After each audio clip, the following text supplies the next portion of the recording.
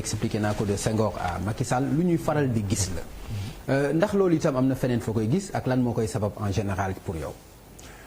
En résumé ni mu ko waxee la politique guerre la c'est la continuation de la guerre par des moyens pacifiques.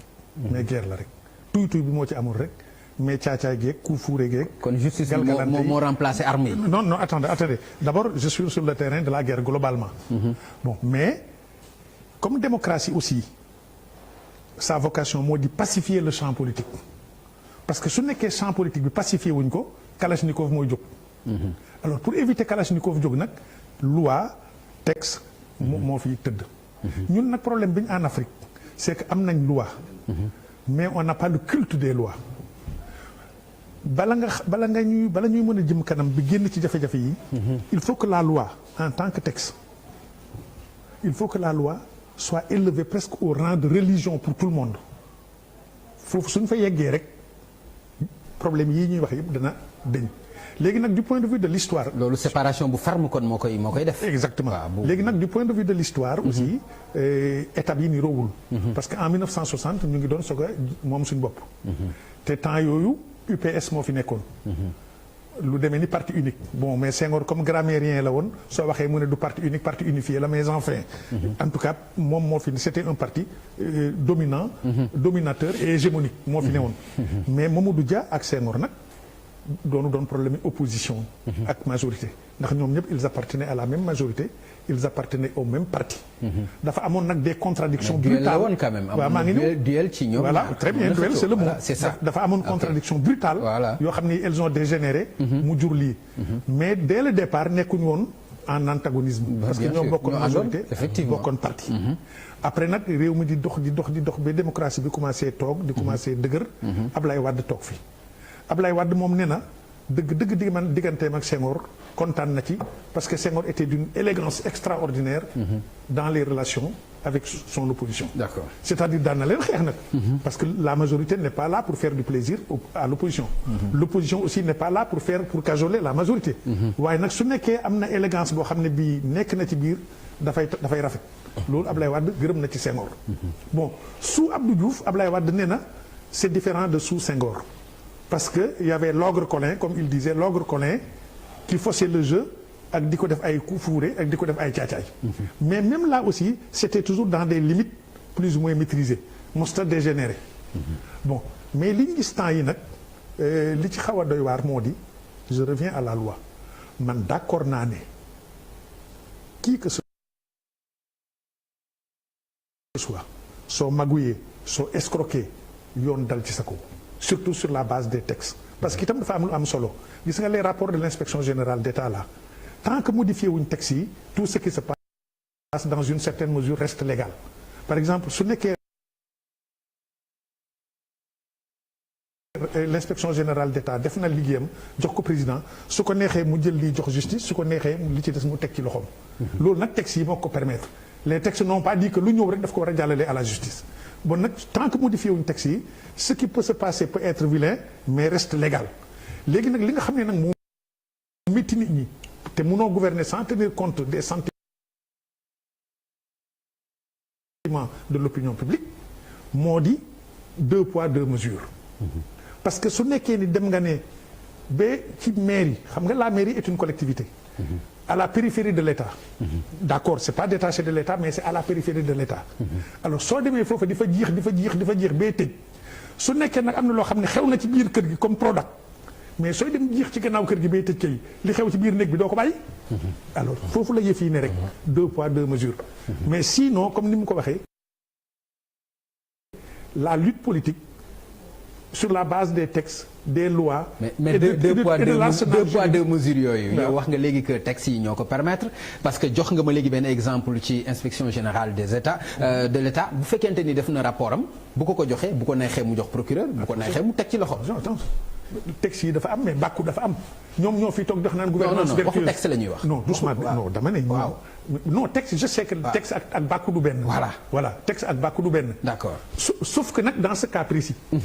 un ministre de la République. en l'occurrence Mame Mbaye Niang. moo ne je démissionne pour permettre à la justice de faire son travail. un premier ministre bàyyi repos dominical am waroon na noppale ko dimanche waaxu di jëli nit ne ko bàyyil sa démission del si la waatal. xanaa kii su tëbee ba wax ñëpp dem ci rajo yi démissionné d'abord manque de courtoisie le président était absent moom mu dem ci rajo yi ak ci télévision yi ne démissionné naa. d'accord ba àddina bi yëpp yëg ko. mu dem toog këram. ñu jëliwaat ko dimanche te moom bi muy démissionné dafa am nu mu ci yokk. daf ne je m'en vais pour permettre à la justice. de faire son travail. xam nga bon kooku moom xàll na yoon wi. c'est important mais dafa xàll yoon wi pare ñu fermé waat yoon wi. d'accord alors donc problème yu mel noonu la ñu am donc je reviens à la loi. tant que le culte des lois n'est pas établi dans ce pays tant que la loi n'est pas élevée au rang de religion nous vivrons toujours des problèmes comme ça. d'accord te day légal bu boobaa. certains aspects oui. non dafay amul certains aspects aussi. non pour l'inspection générale d'État moom. d'accord nee na voilà Cheikh. ñu dem ci fay comme ni nga ko waxee par rapport ak l'affaire Khalifa Sall. ci àtte bi. parce que fay aussi bu ñu ci demee mën nañu gën a sori dafa ñu delloo ginnaaw mooy affaire caisse d'avance ñii ne non nekkul caisse d'avance fonds politique la bu ñu bëggee taxaw ci loolu dafa la ñuy fanaan. bu ñu ñëwee ci àtte bi fi mu toll tey. tey ak CEDEAO yooyu fi mu toll tey nga xam ni arrêt CEDEAO dugg na. bi arrêt bi duggee dégg nga kàddu yi nga xam ni Lansana Dia bi waxoon na ko ci fa mu ci mujjee dégg nga ko taxawaay bi nga xam ni itam ñu ngi doon xaar justice bu Sénégal taxawee ko. A space-saving, feature-rich swing. xoolal par exemple yow yaa ngi jël nit ki tëj ko yàlla def mu nekk dem élection. gagné élection nekk député. yaa xayti mu laan même boo ko bëggee poursuivre mais génne ko am na immunité génne ko après nga continuer pourquoi nga ni par force da nga koy tëj ba damm ci abi ji loolu moo tax léegi la justice dafa dem ba crédible tout ci dossier bi daanaka dañu dem ba fàtte faits yi au fait alors que les faits sont de vrais faits xam nga am naa sama benn xarit bu ma waxtaanal bu nekk RFI parce que dama gis ni ñu traité affaire Khalifa Sall bi ñuy waxtaan. ma ne ko may yow France est-ce que mën nga comprendre quelqu'un di jël 50 000 euros pendant 50 ans est-ce que bu doon français yow amalgame bi nga def nii di nga ko def. quelqu'un prend 50 000 euros par mois. mais wax nga ko est-ce que. du moom rek moo ko doon def aussi ci mairie bi dafa nag pendant 5 ans. dafa nag est-ce que wax nga ko ni coutume la woon aussi ci mairie bi. voilà est-ce que wax nga ko coutume. ci comprends lu fa yàgg la foofu. ci voilà donc il faut ñu xam ni il faut que les gens rendent compte mais dama ne la dañ cee dugal politique ba yàq dossier bi. pourquoi CEDEAO li ñu wax c'est clair waa ji tëj ngeen ko am na immunité bi mu amee immunité. ba bi ñu koy déclarer coupable da ngeen ko waroon génne parce que immunité bi moo ko protéger. loolu moo tax ñu ne détention bi dafa arbitraire. mais c'est tu vois.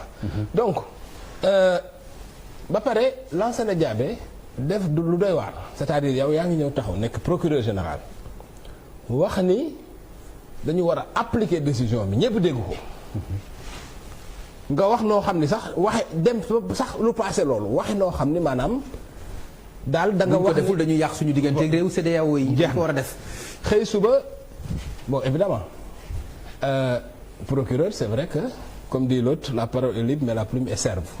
réew mi mën na la réquisitionner c'est-à-dire ministre de la justice mën na la bindal lii. mais loolu ma lay bindaloo bu méngoowul ak ni ngay gis dossier bi da ngay démissionner. waaw loolu d'accord. c'est aussi simple que ça je veux dire.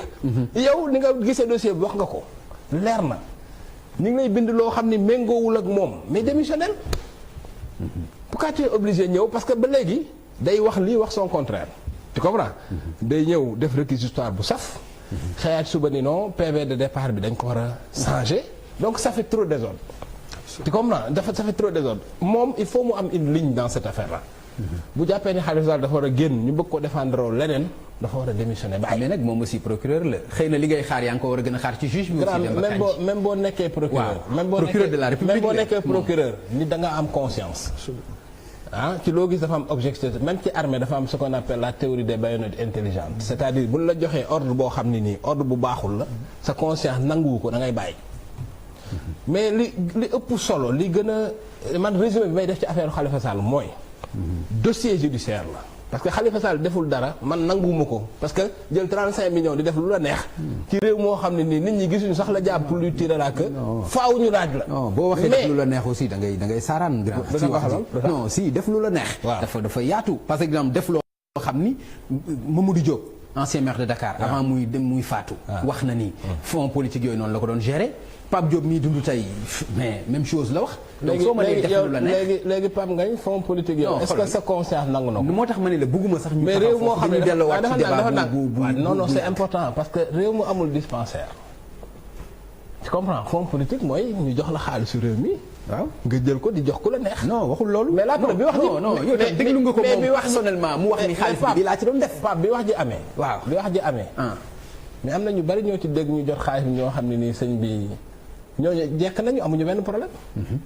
pourtant ñu ngi doon jot ci xaalis bi. y compris des gens de Macky Sall. mais loolu est-ce que c'est normal.